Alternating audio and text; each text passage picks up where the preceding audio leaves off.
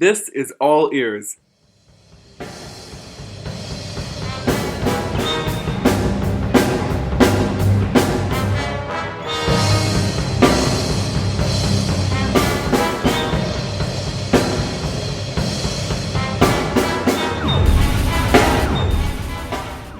Hello friends, I am Everett Hopfner, pianist, new music explorer, and your host for this podcast. On each episode of All Ears, you'll hear conversations with my musical friends, mentors, and the many people who inspire me. My guest is Philipp Krebs. He is a young German composer who was a colleague of mine during my time in Stuttgart. Philipp thrives on creating massive spectacles in his music, especially through creating visual experiences through multimedia projections or with live performance. It was really exciting to see his compositions develop during our time together, and I certainly enjoyed this chance to learn about his background and to hear the origin story for his personal style. The interview is coming up right now.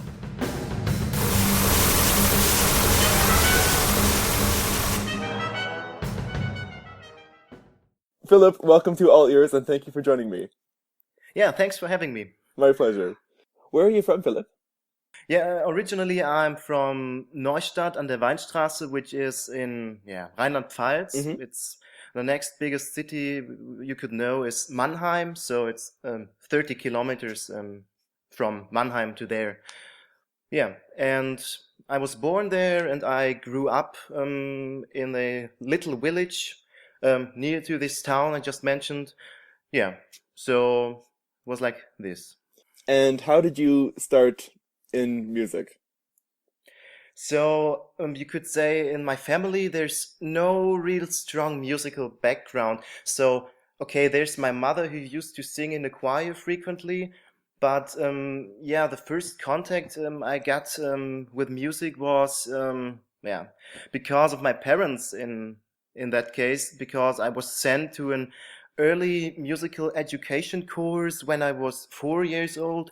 You can imagine it like a meeting with a kind of music teacher where children have the opportunity to get in a first playful contact with the music and rhythm and something. Yeah. And like I was there for like 2 years, from I was 4, and when I finished this course I was 6. And this teacher, after the course, the teacher there certified me a bit of talent, maybe. So it was like this. And the teacher suggested to my parents that I could pick up an instrument and like violin or cello. I somehow said, I want to play the violin. So yeah, I started to play the violin at the age of 6. And together with that, I also started school. So, do you know why you wanted to gravitate towards the violin at that age? Yeah, because maybe the cello was a bit too big and overwhelming at that time. No, because I think it just came up. It just came that way. So I got a little violin, and when you're still a child, you get these really tiny instruments Mhm. to begin with, and it was really cute with that tiny wooden violin. So yeah, I think I really fell in love with it immediately. And what kind of direction did your music take through your childhood as you were learning this instrument and going through school? So together with exploring the violin, I got myself, of course, into an aspect of classical music, you could say, because yeah, sure, the violin is the instrument connected to a classical repertoire of a tradition of playing, I think. And this was one aspect of music I got into. And yeah, I don't remember it. I don't really remember it, but at that age, I did not have a real interest in a specific kind of music. So I was just listening what was on the radio, the 80s, 90s, 2000s pop songs. And yeah, I remember after 5 years of learning the instrument, I got into the school string orchestra at that point, and Yeah, at that point I was also learning what it means to play together in such an orchestra. So it influenced me really strong on further exploring what is out there concerning classical music. So that was a central interest at that time. I've gotten to know you primarily as a composer, so I'm curious when you started building your interest in creating your own music. Okay, now this story goes a bit further, I think, but we have the time. So you could say by the age of 14, after like 7 or 8 years of playing the violin, it came together with hitting puberty. I somehow began to lose the interest in this boring violin, and I didn't want to practice anymore. Sure. And as I said, from there I only like knew two kinds of music: the classical stuff and that stuff that played on the radio. And at that time, I was allowed to use the internet by myself for the first time, and sure, you get quickly into this, and suddenly there was a thing like YouTube, and you heard about it in class, and this really cool new thing where you could where was music and funny videos and stuff, and you just began to discuss with other people. And someday I discovered some kind of metal music, Hmm. which was in fact symphonic metal music, where they play hard rock with a symphony orchestra. And before I always thought it was creepy, but this really triggered my interest because there was the classical, you could say the classical part in this music, and this hard, brutal aspect in the music. And this really triggered my interest at that time. And so I got into more stuff, into harder and even brutal stuff Hmm. of that metal kind. And you could in fact say that this was my first contact with like some atonal music, you Right. could say, of course. And this really influenced me. So I let my hair grow long, and I started to dress in black with all these band shirts and the leather boots and coats and stuff. And this really influenced my personality at that time. So, but if I look back onto the aspect that there was this symphonic metal aspect, so there were some orchestral arrangements, and it really sounded like epic and cool. And this was the bridge to getting into contact with movie scores, like scores by John Williams or Danny Elfman or Hans Zimmer, who are usually doing this bombastic and epic orchestral sound. And I heard that and I thought, I want to do that. That's totally epic. That's so cool. You know, I was stunned and I thought, how is it possible that one individual has the power over such an enormous machine like an orchestra? And this was like the first contact for me, the first motivation to doing composition by myself, in fact. So it's great to be inspired by this new music you're hearing, but how do you turn that into an act of your own creation? What were your first steps like into composing? Yeah, it was in the beginning what was really strange because in fact I had no real experience with music theory, and somehow I don't know how it came like that. Someday I thought, if I want to do that, I need to play the piano, of course. And so by the age of 15, I decided that I wanted to start to play the piano, and I also got myself into some music theory stuff, and there was also a course at school, and later on I picked an A-level music course at school, and there I like got into this you could say techniques or a bit of crafting. So my problem was um, from playing the violin, I only knew like the Baroque and classical music, and I didn't know much about the actual history of music. So back to the aspect of the movie scores, I found myself exploring the origins of that. So if you go backwards, and suddenly there was romanticism, Wagner, dramatic stuff, like this. And after 1 or 2 years with no teacher and a bit of experimenting process, I suddenly came up with writing my own romantic movie score, epic styled Hmm. stuff like this. This was my first step into composing, you could say. At what point did you decide to kind of pursue music as a career? So I was writing some stuff, but I had no real feedback because there was no real composition teacher for me at that time. So I had some stuff, and I found out that in Germany there are some composing competitions exclusively for children from the age of 8 to 18. And I started self-confident at that time. I started to send my work there. And I actually succeeded a few times, which was really funny if I look back. And what really influenced me to pick up the music as a career, you could say, there was one competition where the prize was a 10-day composition course with composers and stuff, and you get lessons. And I was going there, and I really learned for the first time about new music. And I have heard names like Stockhausen or Ligeti before, but then I learned what it was all about, and this opened a, you could say, totally new door in my life when I got in contact with new music. And so now I was like nearly 18 years old at that time. I knew about new music, and I wanted to explore that more. So I got in contact with people over the internet, and I was discussing with people, but at that time I only knew about new music till, you could say, Ligeti or Lutoslavski. Hmm. And I asked myself, so what is there today?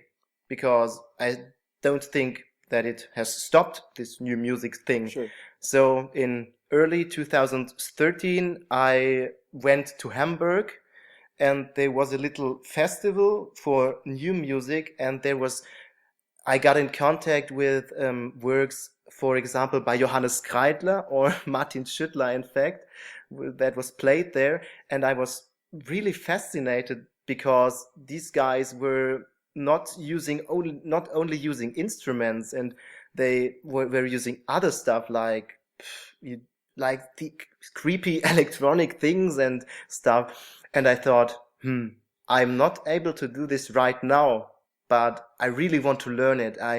From now, I invested so much time for this whole music thing, and I was really thinking radical. I'm now going broke for it. My Mm. only option is doing something with music and studying it. So my only option at the time, I thought, so I have the option to apply at a Hochschule, and there's no other option for me. And luckily, the plan worked out well, you could say. So let's start to talk about your music itself. I've seen a few of your pieces now in the last few years, and one thing that I've noticed is a real emphasis on the visual aspect. You go beyond just what we can hear, and you Hmm. present a kind of a show. In fact, your piece Kleingeld you call a show in 6 parts. You have pieces that incorporate video, and in one of your newest pieces, Divide, Divert, Devote, you have a kind of a light show that goes along with the music. So I'm just curious how you see the connection between the visuals and the sound in your works. I got in contact with a scene of contemporary music that you could say there's another approach on music where you base the work on aspects that are really enrooted in the present life today of our time, and that really cares about subjects that affect one life or our personal life. And to express that, the composers oftentimes not only use instruments, but anything you can imagine else, like electronics or something, or not only instruments, of course. And I thought about that and came to the conclusion, I don't want to write a music that limits itself by the purpose of only being music. You also mentioned the piece with the video, so this comes along with a change of thinking about popular music or pop music by myself. So when I go back to the point of this epic metal music, I thought about pop in a very bad way. I called it shit music and stuff. So, but I felt myself more and more connected to the aspect of pop music. So I started listening to like hip hop and electronic music, and it was great. It had interesting sounds. But there were also like two sides of a coin. There was a really high fidelity production aspect versus a trash aspect, and this really fascinated me. And from that point, I really got like some creative ideas from there. And this was a point to like, for example, use a video to use all aspects of a hi-fi and a trash aspect, like connecting quotations, idioms, video, or even stereotypes of music to a huge collage with a band on stage and musical singers on stage. And I wanted to like, I thought about extending the music itself, not only limit myself to music. This was a point. One thing that I've also gotten to appreciate is I think studying composition today means something very different than studying composition even 50 years ago or 100 years ago. You know, Hmm. all of these other skills you need to pick up along the way. I mean, it's one thing to have the idea to make a big video with your piece, but you need to actually learn the skills to edit the clips and get the timing together with the music and write a click track. So, what are some of these other skills you've had to learn along the way? If you take the composition class for an example, it's not that you just sit there and you are taught the crafting or something. It's really much about discussing about your idea you got, and it's oftentimes, so in my case, it's oftentimes about philosophical aspects that I discuss with my teacher. If you can imagine something like, okay, I want to do a piece with a electronical setup and a light show and something, and you don't even have to be able to do it in the first place. But if you have the idea and you want to do it, you are automatically getting into the other stuff, like scripting a live electronic part or something. Like, for example, this piece, I didn't know anything about electronics or something before, but I had the idea and I wanted to do it. Hmm. So I took a course in Hochschule where you learn how to program this electronical software, and it's really much about, very much about, yeah, I think the idea is really efficient. Hmm. It seems like in Stuttgart you have really a good environment for developing these necessary skills that you pick up along the way, like this scripting, programming, electronic work. Yeah, that's right. So as I mentioned before, I had no real idea when I applied what was going on in Stuttgart, and luckily, as it turned out, we have all you need. It's there. There are many people who can teach you the skills you need. Let it be software that is about live electronic stuff, or let it be um, about physical acoustics or something, or let it be conducting concerning contemporary music. Hmm. So you have everything you need, in fact, but you're free to choose what you want, and I think that's a really good point. So nobody is forcing you to do something. You can just explore what you're interested in. So I think that's a really good point. So, of course, at this point, you're primarily a composer, but I know that you're also still keeping one foot alive in the performance aspect of music. So, how do you keep that part of your musical practice going?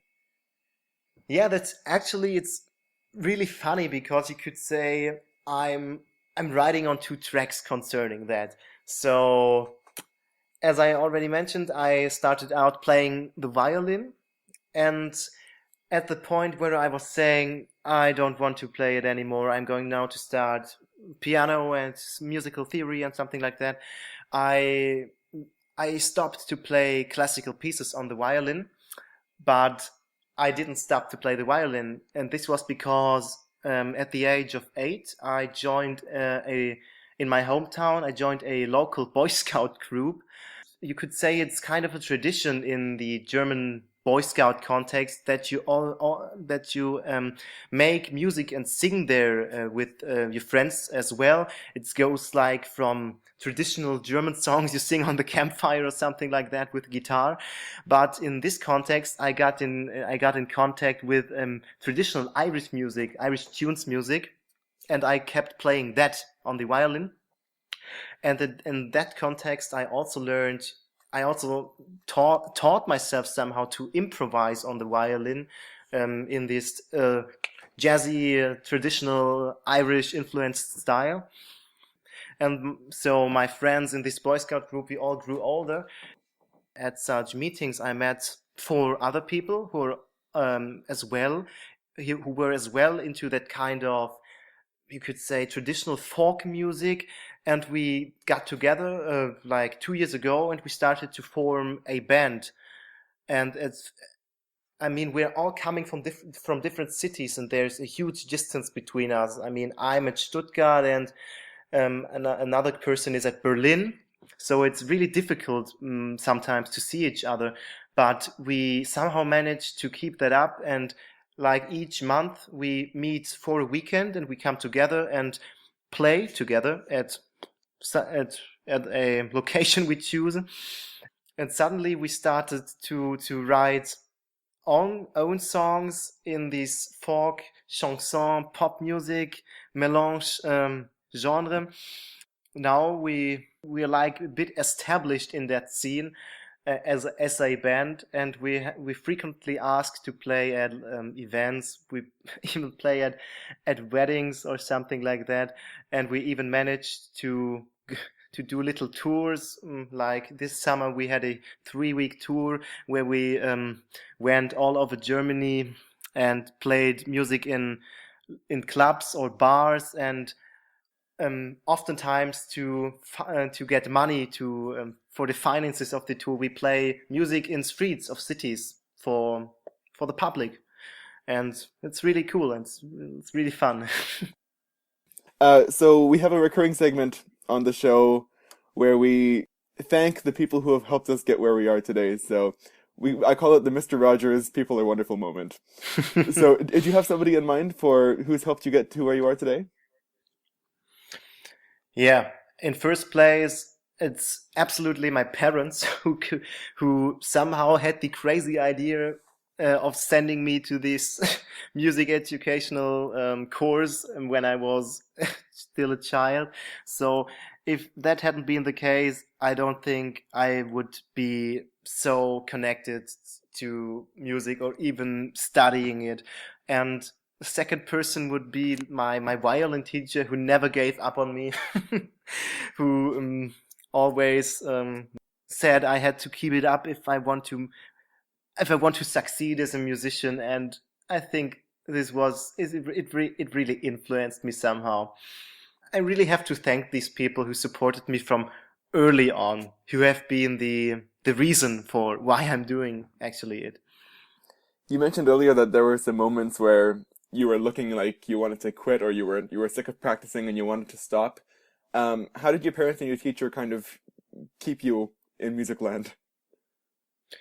So I think it succeeded because they didn't force me when I did not want it to. I was free to do as I wanted, and I think if I had been forced, it would have turned out not really good for me. So I had a free space of what I want to do. So my parents were totally okay. If he doesn't want to do the music thing now, let him do something else. And suddenly I came back to it. So they knew you well enough, and they knew your personality, that you just needed a bit of space to figure it out for yourself. I totally think so. Yeah. Finally, Philipp, how can the people who are interested, how can they find out more about you? Do you have a website and social media? Yeah, that's right. For example, I have a WordPress website, or you can connect to me with Facebook, or I have examples of pieces on video on YouTube or even on SoundCloud. So I have everything you need. Great. And I will have links up to all of those platforms on the show notes for this episode. Philipp, dann vielen Dank und ja, viel Spaß in die Ja, nächsten ich paar danke Wochen dir. vor dem Semester anfangen. Wir sprechen uns bald. Dankeschön. Bis bald.